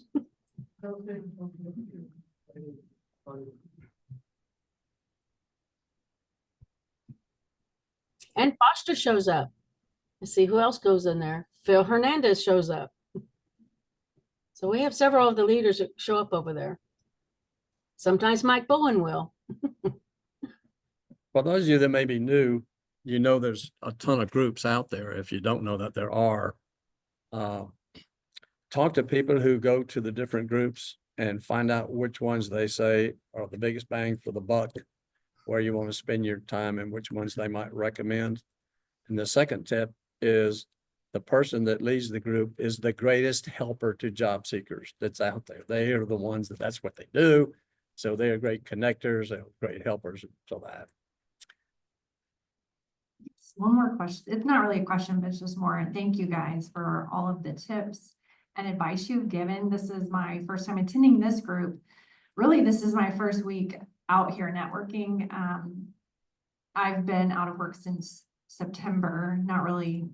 I've been helping my husband. He owns his own business. So of course, he's like, hey, I need help. So I'm helping him while searching for a job. But my eyes have really been open this week to the importance of networking. I knew that, but I think there was just a part of me that was hopeful that that resume that I was sending in through LinkedIn was going to land me that job. And I'm not saying that it won't, but I know that this is way more valuable and impactful. So I just thank you all for just sharing what you have, because I know you've been out there doing the things a lot more than I have. And I just appreciate everything you shared, because it's really taught things I need to do. And I feel very overwhelmed right now because I feel like, oh yes, I'm going to go do all these things, but then it's scheduling and I'm such a scheduler. So thank you.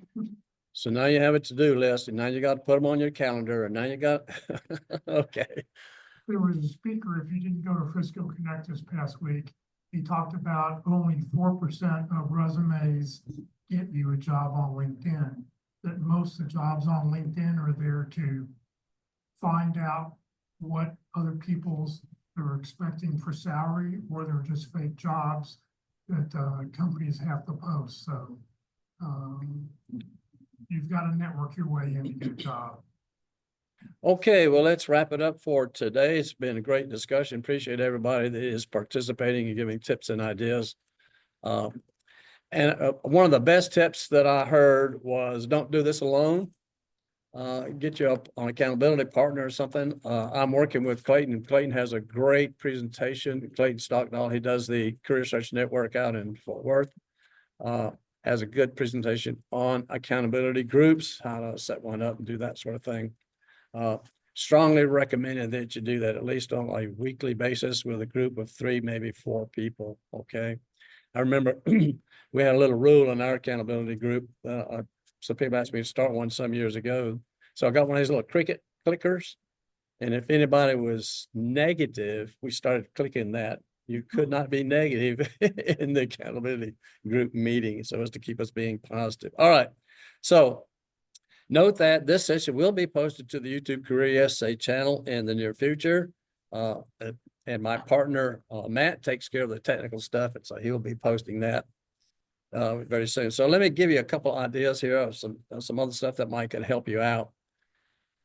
So what is on the Career USA YouTube channel? When you look up, go to that particular address, you'll see a playlist. And when you click on that, you'll come up with a series of categories of videos that Jeff has recorded basically since about March or April of 2020 when COVID hit, that's out there, and he's put them in categories. So all this work has been done by Jeff. And in the meantime, Matt and I are uploading and trying to do some of that work to keep them out there. I keep telling Matt my upload doesn't work, so he'll do it all the time. but they're in categories. So you click on playlists. And so when you get a category, it's like the North Dallas Plano. If you click on the icon, you're going to get a video starting. So you click on view full playlist to do that. And what you'll see is something that looks like this. And you can scroll through that group. You can do a search through that. And so here are the recordings that are out there in the past. The administrative stuff takes about a half an hour or so, and then the real presentation starts at that time, but you can look them up. There are tons of that, and they are by category as well. So you can look up interviewing, you can look up LinkedIn. All right. Now, what about careerdfw.org? I told you how I would always tell somebody that's starting out in job search, this is the first place you want to go. This is one of the greatest resources to help you guide and direct you to the resources and things that are available out there. And one of those is the calendar feature of what's happening and what's going on. So if you click on the calendar, you'll get something that looks like this. Look at all the groups that are out there. And Jeff has color coded them. You see these categories on the left. And so if you want to do some searching by just the job fairs or webinars, that sort of thing, it's got them color coded. And there's another view that's called the agenda view. And you can look at that. You click on any one of those, it'll open it up and it'll tell you more details about it, how to reach people, timing, all that kind of information. So you can check and see what's going on, what's happening, and what's available out there. So you can say, well, which groups should I be interested in for looking at that? So it's a huge advantage to say what's happening. And Jeff's put this all together for us. And it's just an amazing tool. We owe Jeff so much as a job seeker. So just today, we're going to meet at Jason's Deli for lunch. Be glad to have you. How many people are planning on going to lunch with us? And Jeff, can you count everybody for me? You can see how many, so we can get enough table out there for everyone to be there. 10, okay, that'd be great. So thanks for joining with us today. If you want to get onto the CareerSA mailing list, that's the QR code on the right. And if you're interested in donating now via PayPal to this particular group, that is the QR code on the left. So we'll see everybody next week. Thanks, Walt. Thanks, everyone. Thank you. Too late.